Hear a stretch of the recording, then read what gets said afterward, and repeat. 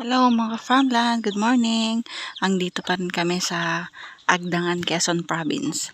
So ang property ay along beachfront at ang estimated front po dito sa beach ay 300 meters ang frontage niya along sa beach. So ayan, medyo may konting suka lang kasi yung mga puno na tumba nung nagdaang bagyo napapunta dyan. Ito po ay 5 hectares at meron na nga po siyang nakagilid na isang bahay na ginagawa. So parang bakasyonan to. At ito po ay puno po ng niyog. So mga farmland, ito po ay dun sa likod, sa banda dyan, along Barangay Road po. So along Barangay Road and along beachfront. Estimated po ang layo nito sa pinaka main road or highway ay 3 to 4 kilometers. At ito po ay from Manila 4 hours po.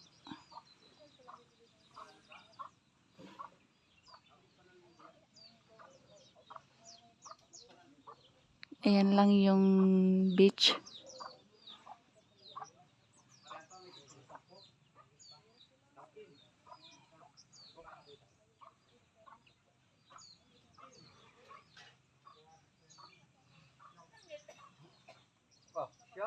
Malakas ang signal ng cellphone at internet connection, data internet. So tara, galain natin yung 5 hectares.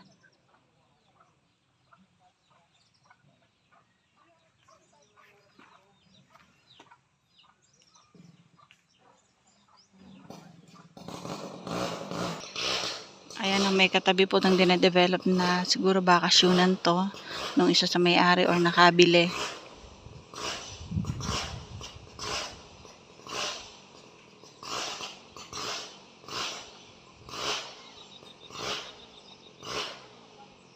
Sobrang dami ng tanim na nyog. Ito ang kalimitang mga tanim dito, tas to mga punong kahoy.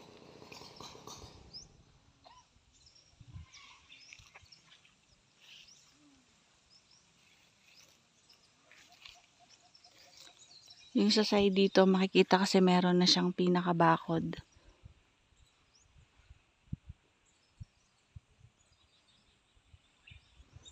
Ito po yung pinaka loob ng property ng 5 hectares at ayan nga po, may mga natumba pong puno dito, yung dating mga nananong bumagyo. So ayan po yung pinaka beach front niya.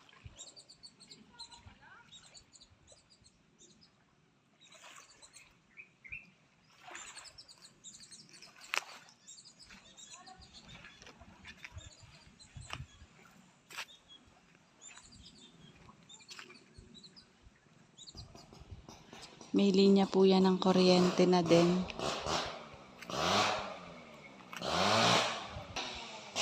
Merong iba ding mga punong kahoy. Ito mga parang ipil ata to. Ipil or palakata. Productive po kasi madaming bunga ang nyog. So napapakinabangan at income generated.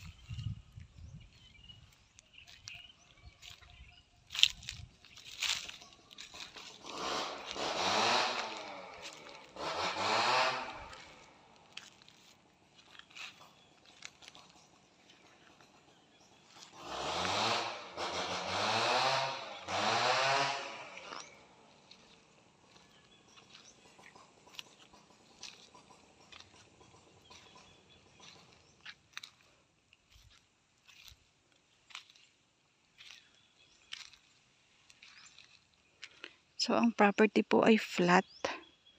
Patag na patag siya, and dito po mismo sa pinakaloob nga Talagang andito yung sand. Mabuhangin.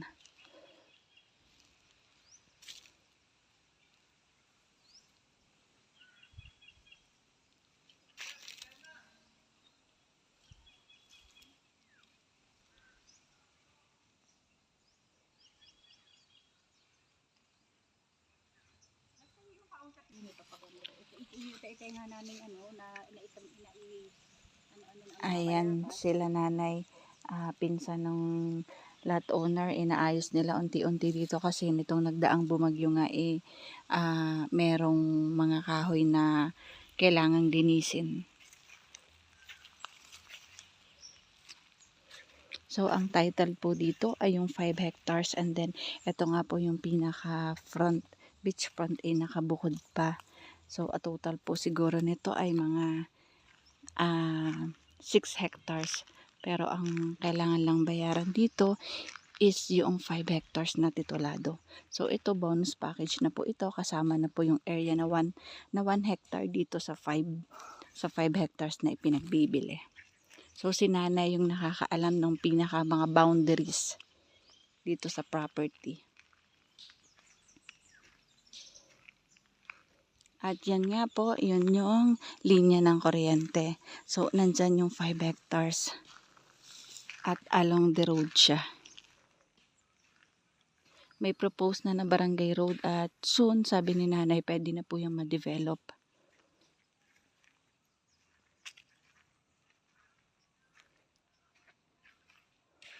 Yan, iniutay-utay po nilang linisin dito.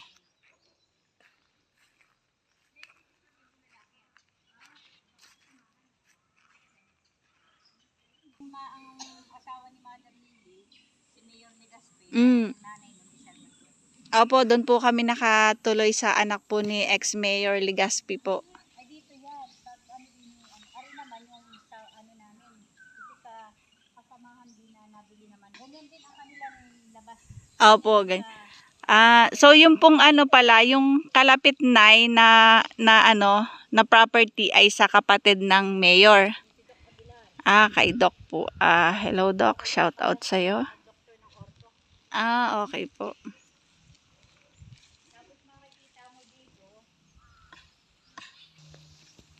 Ayan, nandito po kami sa property dito sa Agdangan, Quezon po.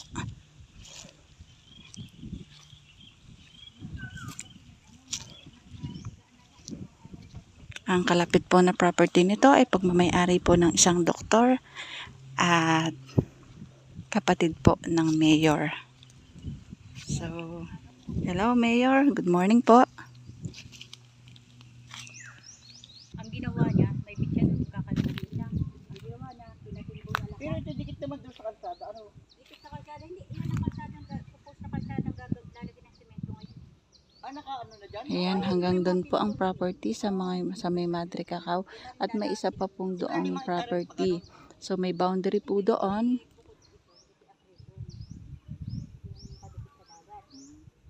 Bukod pa yung 5 hektarya doon. Pag ganun. Pagkatapos na rin, di ba rin, makikita mo rin yung pinutulungan dyan, yung kalye. Yung kalapit noon, ano yung titulado yun. Yun na po yung...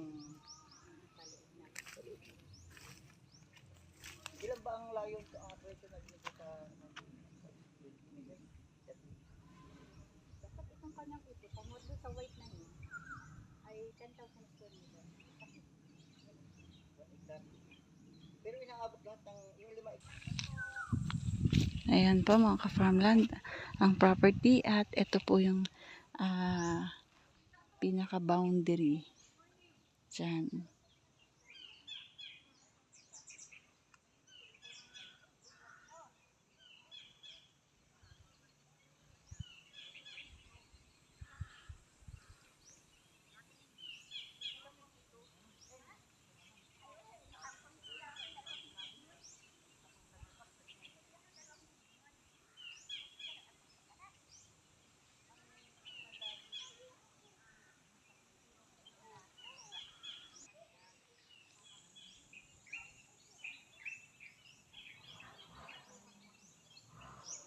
Andyan pa po yung another 5 hectares po.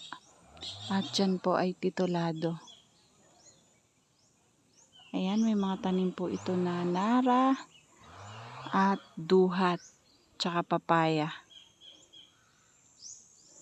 And then niyog.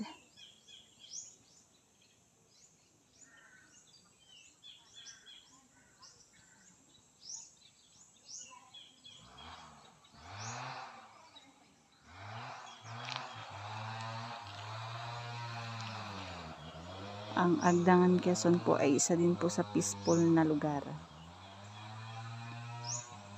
Ayan yung pinaka beachfront.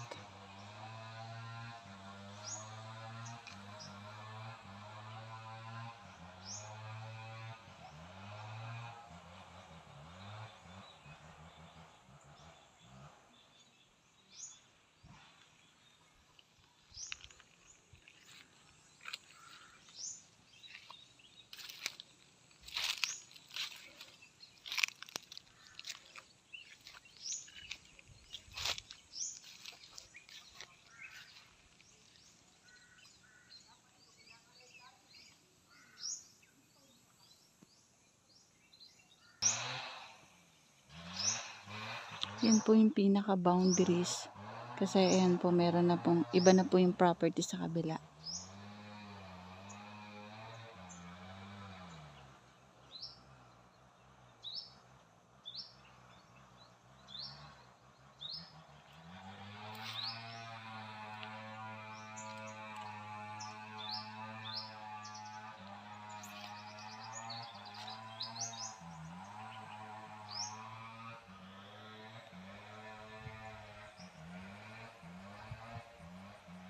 Ang asking po ng may-ari dito is 1,100 per square meter po.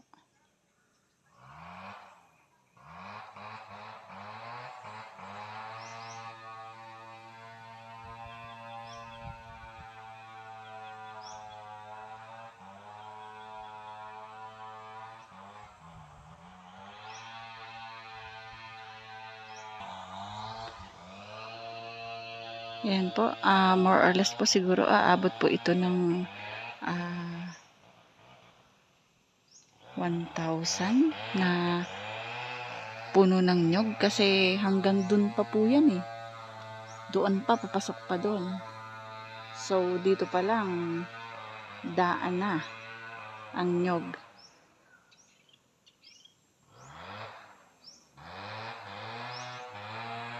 Ang beachfront po dito ay nagre-range po ng 3 to 4,000 per square meter, pero ito po ay ibinebenta na lang ng may-ari sa mababang presyo.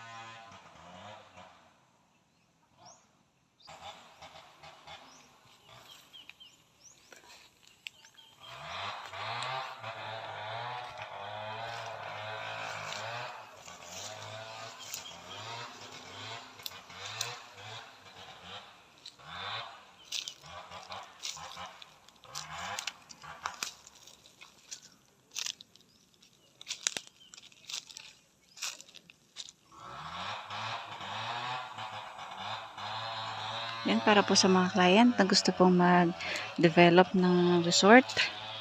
Ito na po ang isa sa magandang place din po dito sa Agdangan. At medyo mababa po ang price kumpara sa range dyan sa ibang property na umaabot po ng 4,000 per square meter.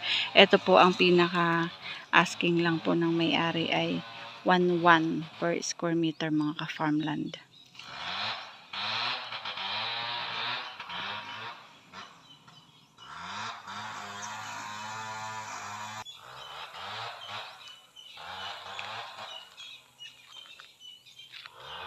Pwede din po itong i-develop or kung gusto nyo po i-subdivide. Maganda din po itong gawing isang village.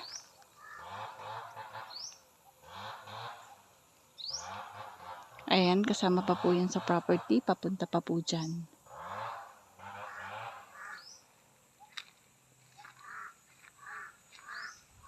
Kung mapapansin nyo, ayan po ang linya ng kuryente.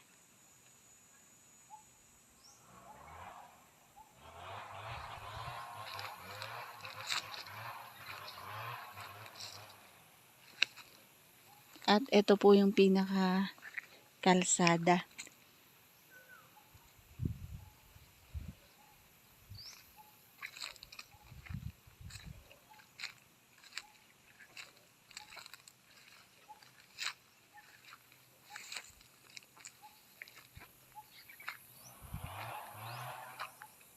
Yan.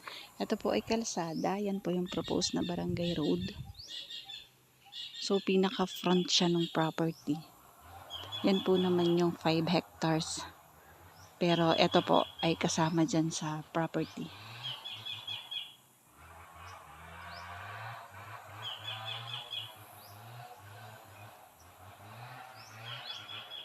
Ito po ay 5 hectares. Titled at along the road, barangay road, and along beachfront. Ito po ay estimated na layo po sa pinaka main highway ay 3 to 4 kilometers.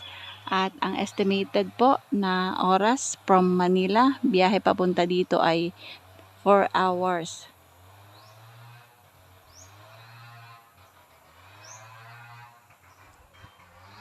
May linya ng kuryente, ang tubig, nagdidipwell sila ng sarili tubig.